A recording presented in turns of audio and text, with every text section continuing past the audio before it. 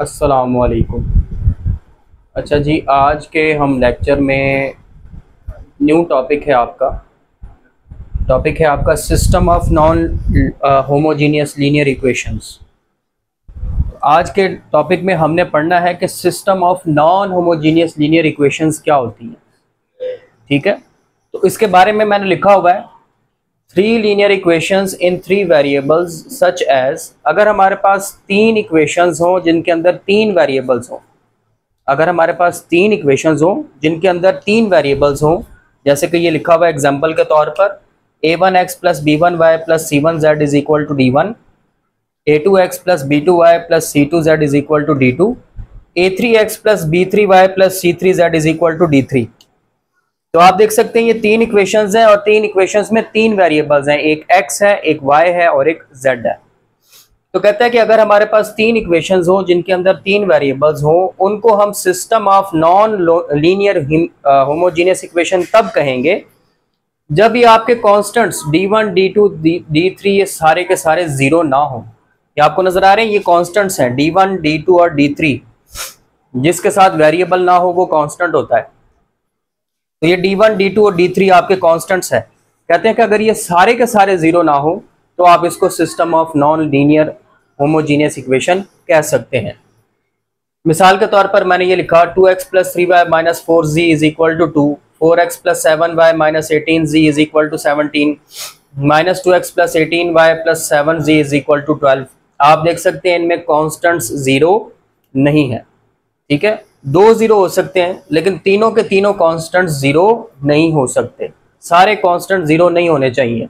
अगर सारे constant zero हो जाएंगे तो वो नॉन होमोजीनियस नहीं, फिर वो होमोजीनियस सिस्टम बन जाएगा। ठीक है, तो यहीं से आपको होमोजीनियस की डेफिनेशन भी पता चल गई है कि अगर कांस्टेंट हम ये सारे जीरो कर दें तो वो आपकी बन जाएगी होमोजीनियस, और अगर हम ये कांस्टेंट नॉन जीरो कर दें, कम से कम एक कांस्टेंट नॉन जीरो कर दें, तो वो आपकी क्या बन जाएगी, नॉन होमोजीनियस इक्वेशन। अब दो डेफिनेशन और हैं, दो कॉन्सेप्ट और हैं, एक कंसिस्टेंट का और एक इनकंसिस्टेंट सिस्टम का। कोई भी सिस्टम कंसिस्टेंट कब होता है? कहता है a system is said to be consistent if it has unique solution और इनफिनिट मैनी सॉल्यूशन। कोई भी सिस्टम आपका कंसिस्टेंट तब होगा जब उसमें ये जो x y z आपके वेरिएबल आ रहे हैं, या तो उनका एक एक जवाब है या फिर उनके इनफिनिट जवाब है, या तो एक एक जवाब है या फिर इनफिनिट जवाब है। तो आप इसको कहते हैं कि वो कंसिस्टेंट सिस्टम है। तो इनकंसिस्टेंट सिस्टम क्या होता है? A system is inconsistent if it has no solution। अगर सिस्टम का सोल्यूशन ही ना हो, x, y और z का आंसर निकल ही ना सकते हो, तो उसको आप कहते हैं कि वो इनकंसिस्टेंट है।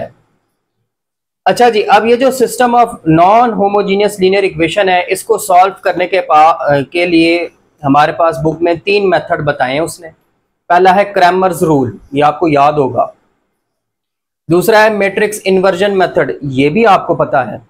और तीसरा मुख्तलिफ होगा बाय कन्वर्टिंग इनटू एशेलॉन और रिड्यूस्ड एशेलॉन फॉर्म, कि हम एशेलॉन फॉर्म या रिड्यूस्ड एशेलॉन फॉर्म में कन्वर्ट करके फिर सोल्यूशन निकालें। तो नॉन होमोजीनियस लीनियर इक्वेशन को सॉल्व करने के हमारे पास ये तीन मेथड हैं। अब जो पहला मेथड है, इस पे आपका क्वेश्चन 3 है, ये जो दूसरा है इस पे आपका क्वेश्चन 4 है, और ये जो तीसरा है इस पे आपका क्वेश्चन 5 है। तो ये मैं क्वेश्चन में एक्सप्लेन करूंगा कि आपने ये मेथड किस तरह से करने हैं क्वेश्चन को सॉल्व करने के लिए। तो आज हम आगे देखेंगे अब क्वेश्चन नंबर 3, जिसमें उसने कहा है कि आपने क्रैमर रूल लगाकर सिस्टम को सॉल्व करना है। तो मैं ज़रा वो लिखता हूं, तब तक आप ये थ्योरी देख लें। हाँ जी, तो ये आपका आ गया 4.3 एक्सरसाइज का क्वेश्चन नंबर 3, जिसमें उसने कहा हुआ है कि अब आपने ये जो तीन इक्वेशंस दी हुई हैं, सिस्टम ऑफ लीनियर इक्वेशन आपको दिया हुआ है, आपने इसको क्रैमर रूल की मदद से हल करना है। तो अब हमने क्रैमर रूल लगाना है, सवाल के स्टेटमेंट में यही है। तो अब क्रैमर रूल किस तरह से लगाएंगे वो अब आपने समझना है। तो इसमें सबसे पहला स्टेप ये होगा कि ये जो आपको कोफिशिएंट्स नजर आ रहे हैं, आप इनकी मैट्रिक्स बनाएंगे। ये 2 y के साथ कुछ नहीं है तो 1, यहाँ पे -1, 1, -1, 2, 3, 2, जिसके साथ कोई नंबर ना हो उसके साथ 1 होता है। तो आपने सबसे पहले इन कोफिशिएंट्स की मैट्रिक्स बनानी है और उसका डिटर्मिनेंट निकालना है। तो सबसे पहले आप एक मैट्रिक्स बनाएं मैट्रिक्स बनेगी 2, फिर उसके नीचे x का वेरिएबल है 1 और उसके नीचे क्या है 3, कॉलम में लिखना है। फिर y वालों की बारी 1 -1 2, फिर z वालों की बारी -1 2 1। अब आपने इस मैट्रिक्स को जहन में भी रखना है और इस मैट्रिक्स का अब आपने डिटर्मिनेंट निकालना है। तो ये आपने डिटर्मिनेंट बना लिया 2 1 -1 1 -1 2 3 2 1। अब डिटर्मिनेंट कैसे निकालते हैं ये हम कई बार डिस्कस कर चुके हैं। सबसे पहले आप साइन लगा लें, प्लस माइनस प्लस। तो अब हम क्या करेंगे, सबसे पहले ये नंबर लिखेंगे 2 और इसके साथ ये 2 का कॉलम और रो छोड़ देंगे तो -1 2 2 1 बचेगा। फिर आ जाएगा -1, लिखने की जरूरत नहीं है डिटर्मिनेंट। अब ये वाला कॉलम और ये वाली रो छोड़ देंगे तो 1 2 3 1 ये बचेगा। उसके बाद प्लस माइनस -1 लिखने की जरूरत नहीं होती। अब आपने ये वाला कॉलम और ये वाली रो छोड़ देनी है तो 1 -1 3 2। अब इनको आप सॉल्व कर लें। 2 ये कैसे सॉल्व करते हैं, इसको इससे मल्टीप्लाई किया -1, फिर माइनस आया, इसको इससे मल्टीप्लाई किया 4, इसको इससे किया 1 और इसको इससे किया -6। ये आ गया 1 मल्टीप्लाई बाय 2 2 -1 मल्टीप्लाई बाय -3 -3। तो हमारे पास देखते हैं ए डिटर्मिनेंट का आंसर क्या आ रहा है। ए डिटर्मिनेंट आपके पास आ जाएगा 2 × -5 -5 और 2 + 3 -5। तो ये आ गया -10 + 5 और ये भी आपके पास -5। तो ये दोनों कैंसिल हो गए। तो देखिए ए डिटर्मिनेंट आपके पास आ रहा है -10। तो सबसे पहला काम आपने ये करना है कि आपने मैट्रिक्स बनानी है, कोफिशिएंट्स की मैट्रिक्स बनानी है। कोफिशिएंट्स की मैट्रिक्स बनाने के बाद आपने उसका डिटर्मिनेंट लेना है।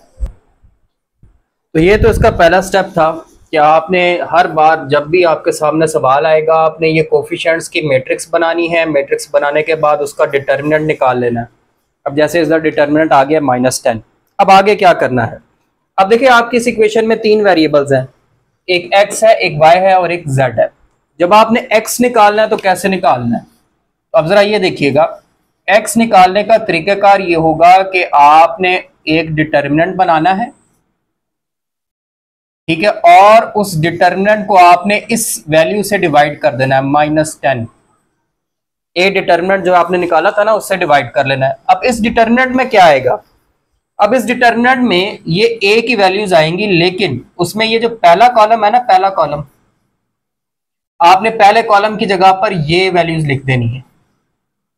पहले कॉलम की जगह पर आपने ये कॉन्स्टेंट्स लिख देने हैं। जब आपने y निकालना है तो दूसरे कॉलम की जगह पर ये वैल्यूज लिख देनी है। जब आपने z निकालना है तो आपने तीसरे कॉलम की जगह पर ये वैल्यूज लिख देनी है। अब हम x निकाल रहे हैं तो हमने ये वाली वैल्यूज इधर लिखनी है, लेकिन पहले कॉलम की जगह पर ये आएंगे 1 3 4। तो पहले कॉलम में ये लिख लें जो हम बदल रहे हैं 1 3 और 4। बाकी दोनों कॉलम एज इट इज लिख दें 1 -1 2 1 -1 2 और -1 2 1 -1 2 1। अब आप इसको सॉल्व कर लें, ये ऊपर डिटर्मिनेंट है। तो डिटर्मिनेंट हम कैसे सॉल्व करते हैं, प्लस माइनस प्लस, ठीक हो गया जी। तो ऊपर क्या आ जाएगा, पहले आप ये नंबर लिखेंगे, +1 लिखने की जरूरत नहीं है। तो डिटर्मिनेंट बनाएं, ये वाला कॉलम और ये वाली रो छोड़ दें तो ये नीचे वाले चार नंबर आ जाएंगे -1 2 2 1। उसके बाद माइनस, अब ये दूसरा कॉलम और पहली रो छोड़ दें तो 3 2 4 1 आएगा, 3 2 4 1। फिर प्लस माइनस -1 लिखने की जरूरत नहीं है।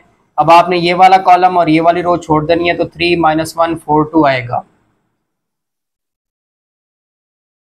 और इसको हमने डिवाइड किससे करना है, -10 से। इससे आपको क्या मिलेगा, x। अब ये आप सॉल्व कर लें तो ये बन जाएगा -1 -4 3 -8 6 + 4। आपको पता है ना दरमियान में भी एक माइनस आता है, वैसे तो -4 बनता है लेकिन दरमियान में एक फार्मूले का माइनस भी आता है तो +4 हो जाएगा, -10। तो ये आ गया -5, ये आ जाएगा +5, ये आ जाएगा -10 डिवाइडेड बाय -10, ये दोनों कैंसल, -10 डिवाइडेड बाय -10, दो जी, x का आंसर आ गया 1। ठीक हो गया। अब y के लिए क्या करेंगे, तो यहां पे मैं लिखता हूं जी y, फिर आप डिटर्मिनेंट बनाएंगे और उस डिटर्मिनेंट को किससे डिवाइड करेंगे, -10 से।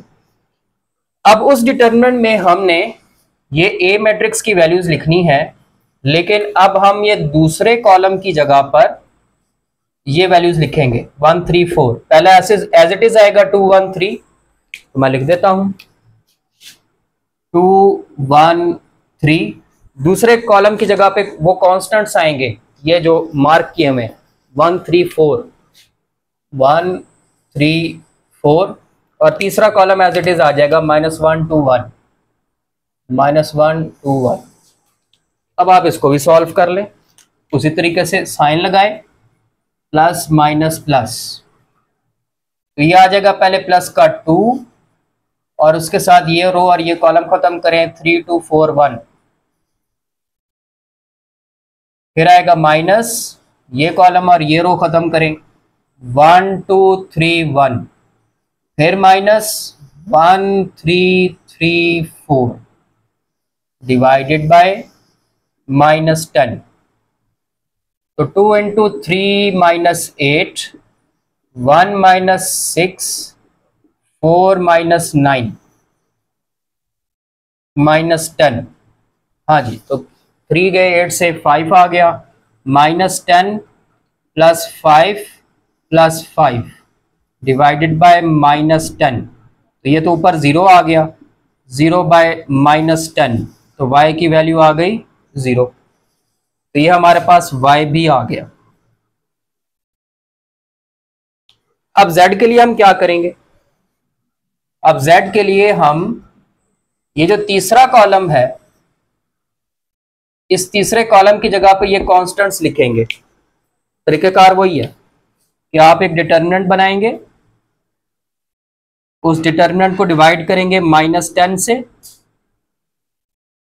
और इसमें अब आपने क्या क्या लिखना है, जो पहले दो कॉलम है ये एज इट इज आ जाएंगे 2 1 3 2 1 3 1 -1 2 1 -1 2, और इधर आ जाएगा 1 3 4। अब हमने इसको सॉल्व करना है तो हमें z की वैल्यू भी मिल जाएगी। मैं जरा इसको एक मरतबा लिख लूं। ले जी, अब इसको एक्सपेंड करते हैं। तो जब आप एक्सपेंड करेंगे तो पहले नंबर के वही साइन लगाने हैं, पहले आपने प्लस माइनस प्लस, पहले प्लस का 2 आएगा, 2 डिटर्मिनेंट। अब इसमें क्या क्या आ जाएगा आपको पता है, -1 3 4 2, फिर माइनस, फिर क्या क्या आ जाएगा 1 3 3 4, फिर प्लस, और फिर क्या क्या आ जाएगा 1 -1 3 2 डिवाइडेड बाय -10, तो z मिल जाएगा। अब सॉल्व करते हैं, -2 -12 4 -9 2 + 3 -10, तो ये कितना आ गया जी, -14 -28, और ये +5 + 5 -10। तो हमारे पास ये आंसर क्या आ रहा है जी, -18/10। दोबारा से देख लें, कोई मिस्टेक तो नहीं किया आपने, मैंने बल्कि, हाँ जी गलती पकड़ी गई है। यहाँ पे 2 4 लिखा हुआ है, मैंने 4 2 कर दिया है, ये 2 है और ये 4 है, तो ये यहाँ पे कुछ और आएगा, यहाँ पे आएगा -4 -6, और इसी तरह ये -10 बनता है, तो यहाँ पे आएगा -20। तो लो जी, z आपके पास क्या आता है, -10 बाय -10, z की वैल्यू भी आ जाती है 1। तो हमारा सोल्यूशन सेट क्या आया, आपको याद हो, ये x की वैल्यू भी लिखी हुई है 1, y की वैल्यू 0, z की वैल्यू 1। ये हमने इक्वेशंस को सॉल्व कर लिया। तो ये पहला पार्ट था आपका, बड़ा आसान था। अब हम नेक्स्ट पार्ट देखते हैं। जी, ये अब आपका आ गया है दूसरा पार्ट। अब दूसरे पार्ट में उसने आपको जो इक्वेशंस दी हुई हैं वो आपके सामने लिखी हुई हैं। x1 + 2x2 - 3x3 = 0, 4x1 - x2 + x3 = 5, -2x1 + 3x2 + 2x3 = 3। अब इसमें भी प्रोसीजर वही है कि सबसे पहले आपने मैट्रिक्स ए बनानी है और ये कोफिशिएंट्स लिखने हैं, पहले x1 के इसी तरतीब में 1 4 -2, फिर x2 के 2 -1 3, और फिर x3 के -3 1 2। अब आप इसका डिटर्मिनेंट पहले निकालेंगे। 1 2 -3, 4 -1 1, -2 3 2। तो आप साइन लगा लें ऊपर, प्लस माइनस प्लस।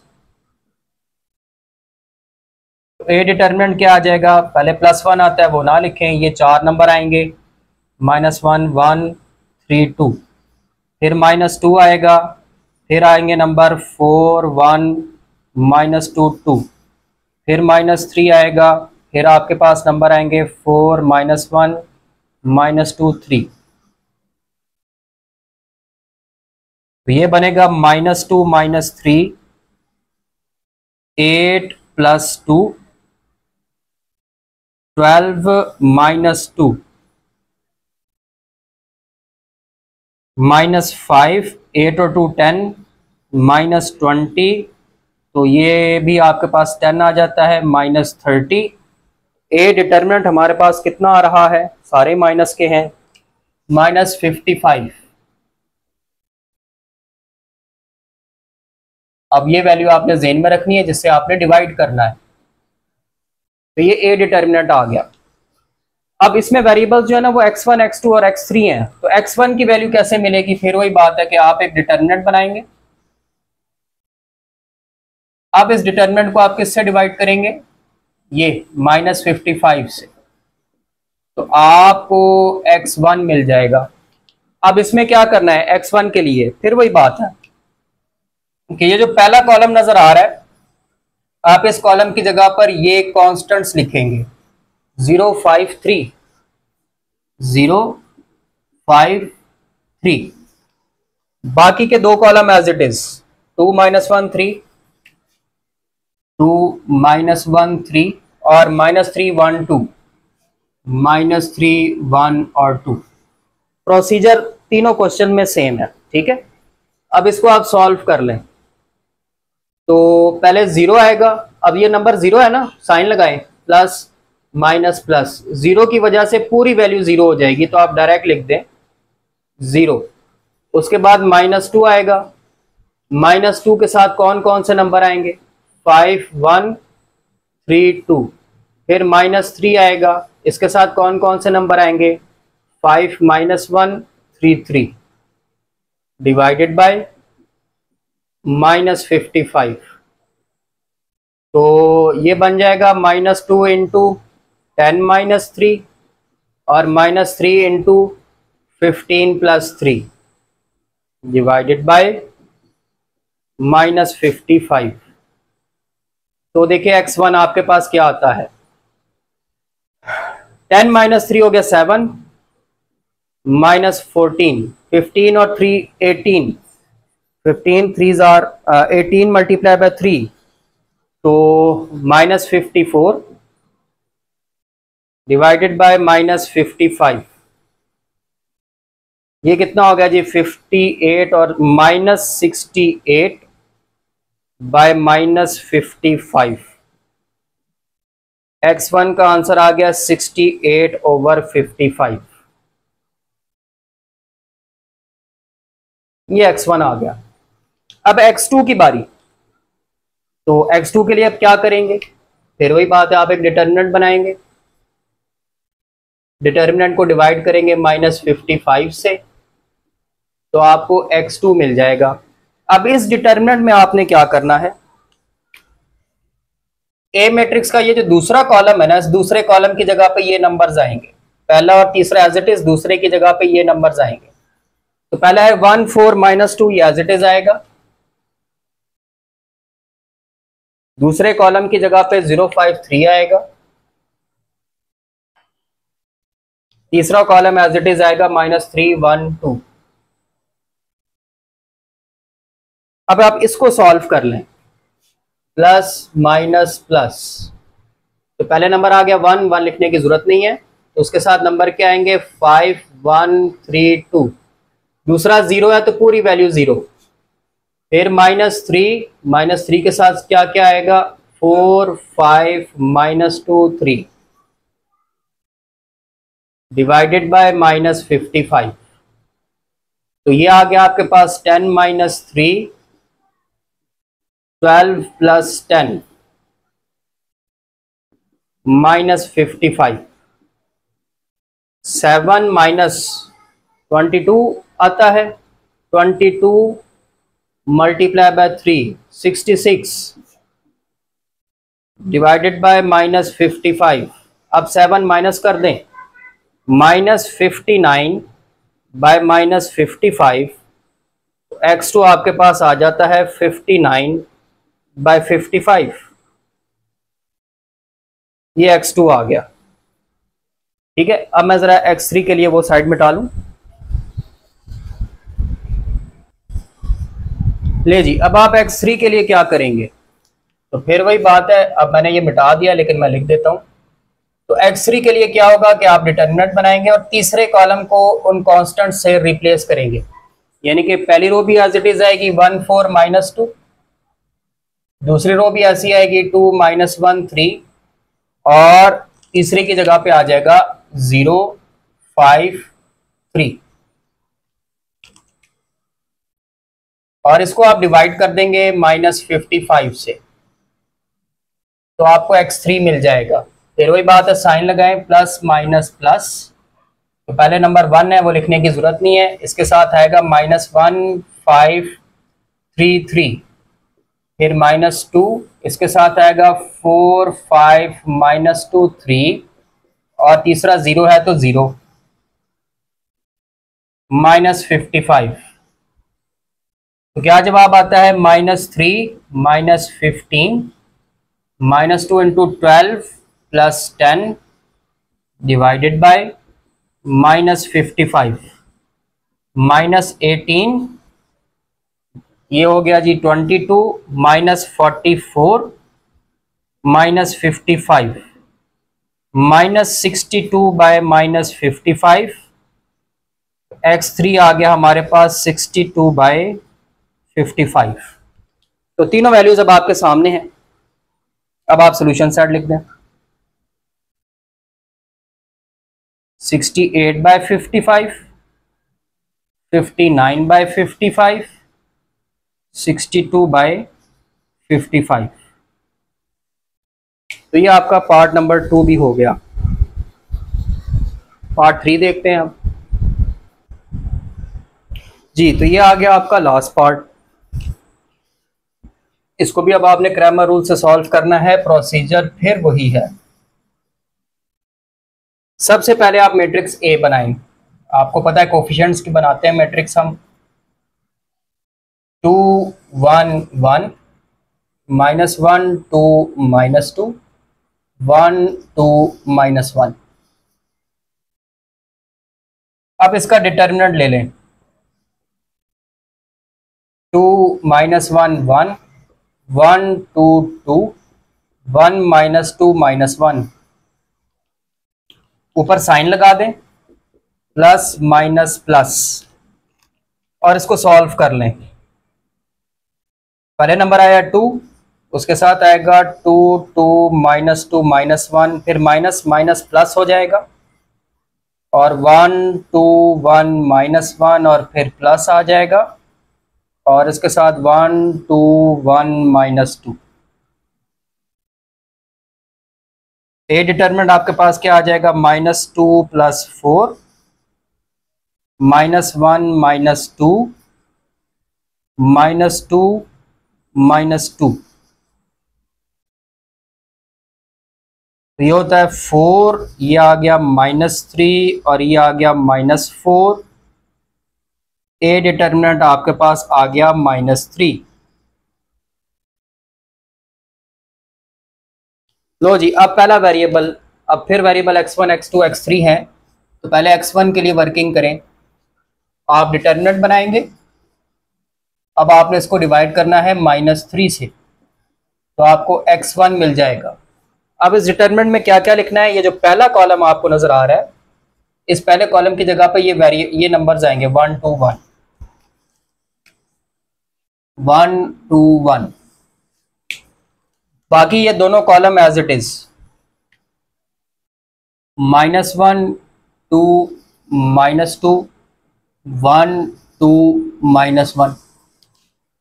अब साइन लगा लें, प्लस माइनस प्लस, और इसको भी सॉल्व कर लें। पहले नंबर आता है 1, लिखने की जरूरत नहीं है, तो 2 2 -2 -1, फिर माइनस माइनस प्लस हो जाएगा, 2 2 1 -1, फिर प्लस आएगा और फिर 2 2 1 -2 डिवाइडेड बाय -3 x1। तो ये आपके पास आ जाता है -2 + 4 -2 -2 -4 + 2, हाँ -4 -2 -3। तो ये हमारे पास आ गया जी 2, ये आ गया -4, ये आ गया -6 डिवाइडेड बाय -3। तो क्या आंसर आता है, 10 में से 2 निकले, 6 और 4 10। एक मिनट, यहाँ पर भी कोई, एक मिनट मैं वैल्यू देख लूँ, मुझे लगता है वो गलत पुट हो गई है फिर से। नहीं जी ठीक है, हम सही कर रहे हैं। तो x1 आपके पास क्या आ जाता है, -8/-3, 8/3, ये x1 आ गया। अब x2 के लिए वर्किंग इधर ही कर लेते हैं स्टार्ट, कि फिर आपने डिटरमिनेंट बनाना है और उस डिटरमिनेंट को भी आपने -3 से डिवाइड करना है x2 के लिए। अब x2 के लिए हम क्या करेंगे, ये जो दूसरा कॉलम आपको नजर आ रहा है, इस दूसरे कॉलम की जगह पे ये 1 2 1 आएगा पहला, और तीसरा एज इट इज, तो 2 1 1 एज इट इज। यहां पर आ जाएंगे 1 2 1 और 1 2 -1। अब इसको भी आप एक्सपेंड कर लें, प्लस माइनस प्लस लगा के, तो एक्सपेंड करते हैं। पहला नंबर है जी 2, 2 के साथ वैल्यूज कौन कौन सी आएंगी, 2 2 1 -1, फिर है -1, लिखने की जरूरत नहीं है, 1 2 1 -1, फिर है प्लस, इसके साथ आएगी 1 2 1 1 डिवाइडेड बाय -3। तो ये हो गया जी -2 -2 -1 -2 और 1 -2 -3। तो ये हो गया -8 + 3 -1। तो कितना आंसर आ गया, x2 आपके पास आ गया -8 और -1 -9, -9 में से 3 गए, -6/-3 2। तो ये x2 आ गया। अब x3 की बारी, फिर डिटरमिनेंट बनाया आपने, उसको डिवाइड कर दिया -3 से, x3 मिल जाएगा। अब क्या करना है, आपको पता है कि ये जो तीसरा कॉलम होगा इसकी जगह पे ये नंबर आएंगे, पहले तो एज इट इज, तो 2 1 1 और -1 2 -1, और यहां पर आपके पास आ जाएगा 1 2 1। अब इसको एक्सपेंड कर लें, प्लस माइनस प्लस, तो पहला नंबर है 2, इसके साथ आ जाएगा 2 2 -1 1, फिर plus minus minus minus plus, और इसके साथ आ जाएगा 1 2 1 1, और फिर आ जाएगा फिर प्लस, और इसके साथ 1 2 1 -1।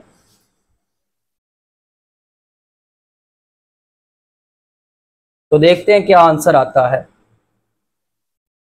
2 2 के साथ आ जाएगा 2 + 2, 1 -2, -1 -2 डिवाइडेड बाय -3। यहीं पे पूरा कर लेते हैं। तो x3, 2 2 4, 4 2s are 8, और फिर -1 और फिर -3 डिवाइडेड बाय -3। तो ये हमारे पास कितना आ रहा है, 2 + 2 4, 4 2 8 होता है, -1 आएगा, -3 आएगा। एक मरतबा फिर क्रॉस चेक कर लें, गलती हो सकती है।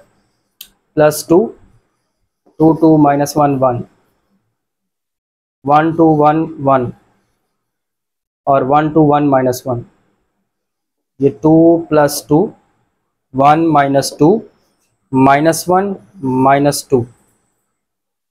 तो ये हमारे पास आ रहा है जी, 8 में से 4 गए, 4/-3 -4/3, x3। तो ये हमारे पास x3 आ गया। Solution set. x1 क्या आया था, 8/3, फिर आया था 2, फिर -4/3। तो ये आपके पास पार्ट नंबर 3 भी हो गया। उम्मीद है आपको समझ आई होगी।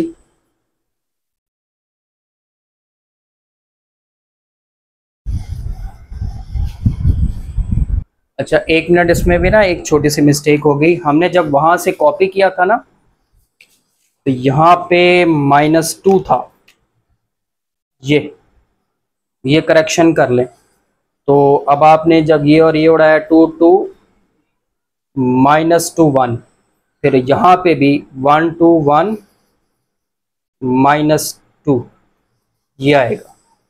इसके मुताबिक से सॉल्व करें तो 2 + 4, और इसको सॉल्व करें तो -2 -2। अब अगर आप देखें 4 और 2 8, तो 2s are 16, फिर -1 -4, ठीक हो गया। ये आपके पास आएगा, नहीं, 4 और 2 6 12। अब देखें क्या आता है, 12 में से 5 निकाल दें, 7, तो आंसर आता है -7/3। तो ये थोड़ी सी वहां से वैल्यू गलत हो गई थी, मैंने लगा दी थी। वैल्यू सही करके इसको दुरुस्त कर लें, तो ये आपका आंसर है बहरहाल फाइनल। तो ये थोड़ा सा जो है ना, क्वेश्चंस को तवज्जो से करना है। छोटी मोटी गलती होने से आप देख ले पूरा क्वेश्चन ही गलत हो जाता है। तो चले जी, अब अगली क्लास में मिलेंगे, तब तक के लिए अल्लाह हाफ़िज़।